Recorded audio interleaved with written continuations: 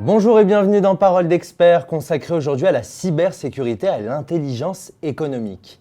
L'administration d'une entité économique passe en premier lieu par la sécurisation de ses intérêts. C'est pourquoi lutter contre le cyberterrorisme est devenu une variable essentielle d'un bon nombre de PME, cibles privilégiées de cette nouvelle menace.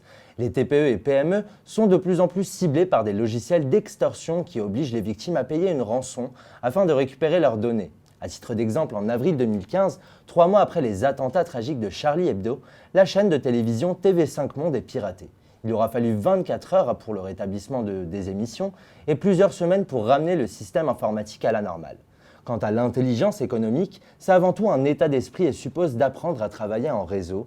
L'objectif, mettre en place un maillage d'intermédiaires pour fournir la synthèse des informations afin de lutter pour la préservation de nos données numériques. Qu'est-ce que l'intelligence économique ? Est-ce que l'on se protège suffisamment? Sinon, est-ce que cela n'est pas le fruit d'un manque de connaissances d'informations en la matière en France? Pour répondre à nos questions, j'accueille un expert de l'intelligence économique qui a fait de la cyberattaque un point d'honneur pour lutter contre celle-ci.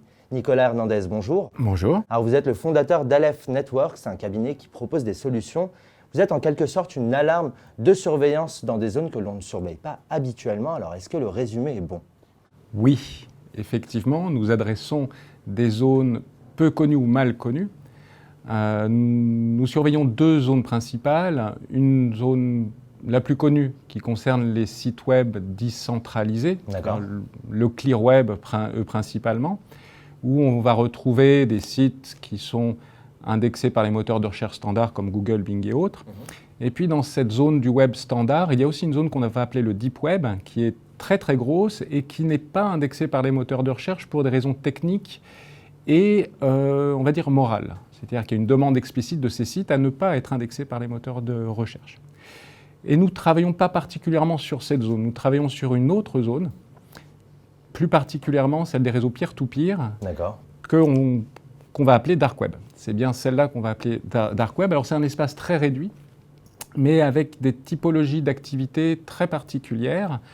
Et notre travail, c'est de sortir d'une surveillance clear web standard, réseaux sociaux et autres, et aussi d'apporter une surveillance de ces zones-là qui sont des zones à risque. Alors je vous coupe un peu, vous parlez de termes qui ne sont pas compréhensibles de tous. Alors dans un premier temps, on va parler étymologie et définition. Qu'est-ce que le dark, le deep et le clear web en quelque sorte? Et qu'est-ce qu'on y trouve pour répondre à ces types de problématiques finalement?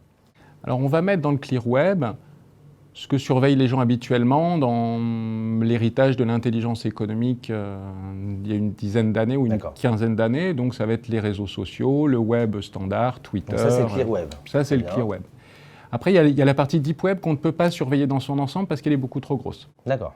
Vous avez un exemple particulier? Certaines études montrent que en fait, le deep web serait aux alentours de 80% de la masse du web. Donc vous imaginez, Google a déjà du mal à adresser les 20%, les 80% restaurants, on va considérer que l'état de l'art ne le permet pas encore.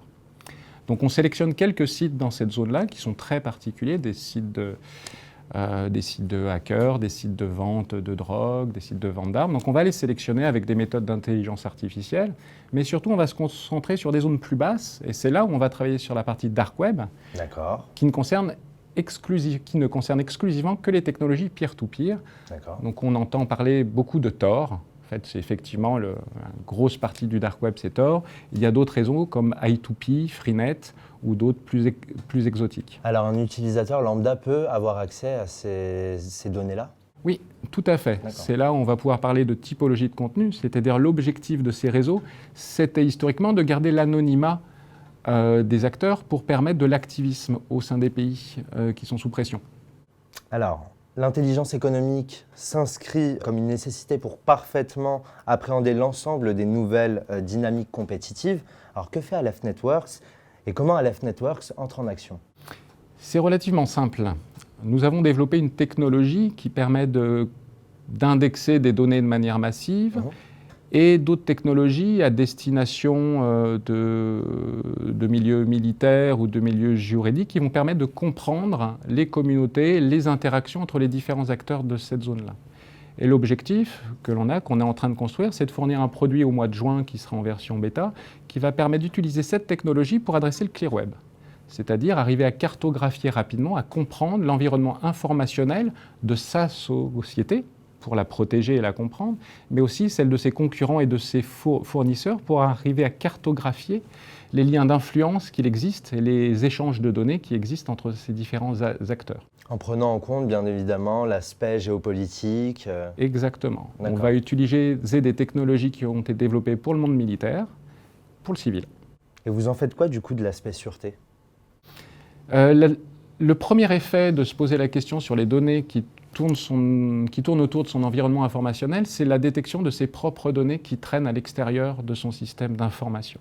D'accord. Qui dépasse le système d'information, qui passe par l'humain, vous en train de faire un jogging, vous en train de regarder un film en streaming. Ça, c'est quoi? C'est ce système de géolocalisation qui permet d'avoir ces données-là? C'est plus que ça. D'accord. C'est ce qu'on peut appeler des signaux faibles. C'est-à-dire que le fait même de laisser une trace est un indicateur qui, corrélé à un autre, peut générer une information. Et donc c'est comme ça qu'on arrive à comprendre, en analysant les traces, on arrive à comprendre une certaine partie qui est de l'activité d'un groupement qui est normalement caché. Alors, on va commencer par parler de vos clients. On commence par le secteur public. Vous intervenez pour les 3 gouvernements régaliens, à savoir la défense, l'intérieur et l'économie. Qu'attendent-ils de vous et qu'est-ce que vous apportent ces références? Alors, ils attendent de nous quelque chose d'assez étonnant. Ils attendent à ce qu'on ait une approche différenciée. C'est-à-dire qu'on arrive hors cadre, on n'est pas issu, il n'y a pas de polytechnicien dans l'équipe, et on apporte un regard différent. On a un mode de création de l'innovation qui nous est propre, qui n'est pas le même que le ministère des Armées, que le ministère des Finances, ou nos amis du ministère de l'Intérieur. Donc on nous demande de devenir un petit poil à gratter et d'apporter des solutions qui ne sont pas forcément dans le cadre et qui vont éclairer parfois le regard de ces ministères-là. Vous travaillez pour des services bien précis au sein de ces gouvernements? Nous travaillons pour plusieurs services au sein de ces gouvernements. Je ne peux pas évidemment les citer. Pour des raisons de confidentialité, Pour des raisons bien de sûr. confidentialité. Alors, dans ce cas-là, on va se concentrer sur le secteur privé. Et là, du coup, on sera un petit peu plus libre de pouvoir communiquer là-dessus. Qui sont vos clients pour les plus importants et quels sont les points qui méritent d'être améliorés afin de les rendre plus efficients face à la menace? Alors, nos premiers clients vont être des gros acteurs, principalement des acteurs du CAC 40, où le risque est le plus fort. Le secteur de l'alimentation, sur lequel on travaille pour de la contrefaçon de matières premières.